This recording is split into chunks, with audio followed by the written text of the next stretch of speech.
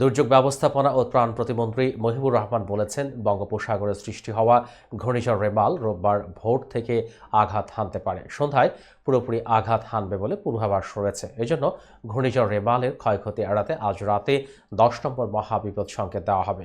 শনিবার সচিবালয়ে ঘূর্ণিঝড় রেমাল মোকাবেলায় নেওয়া প্রস্তুতি সভা শেষে সাংবাদিকদের এসব কথা বলেন তিনি।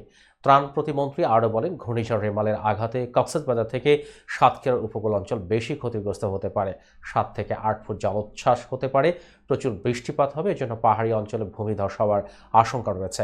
ঘূর্ণিঝড় মোকাবেলায় মন্ত্রণালয়ের সব প্রস্তুতি রয়েছে। 80,000 স্বেচ্ছাসেবক ও উপকূলে 4,000 আশ্রয়কেন্দ্র প্রস্তুত আছে। তিনি বলেন, বাংলাদেশ আবহাওয়া অধিদপ্তর সহ পৃথিবীর অন্যান্য দেশের সঙ্গে সমন্বয় রেখে আমরা বুঝতে পেরেছি ঘূর্ণিঝড়টি আসন্ন। এখন 1 নম্বর দূরবর্তী সতর্ক সংকেত রয়েছে। আগামী 1 থেকে 2 ঘন্টার মধ্যে সংকেত 3-এ চলে যাবে।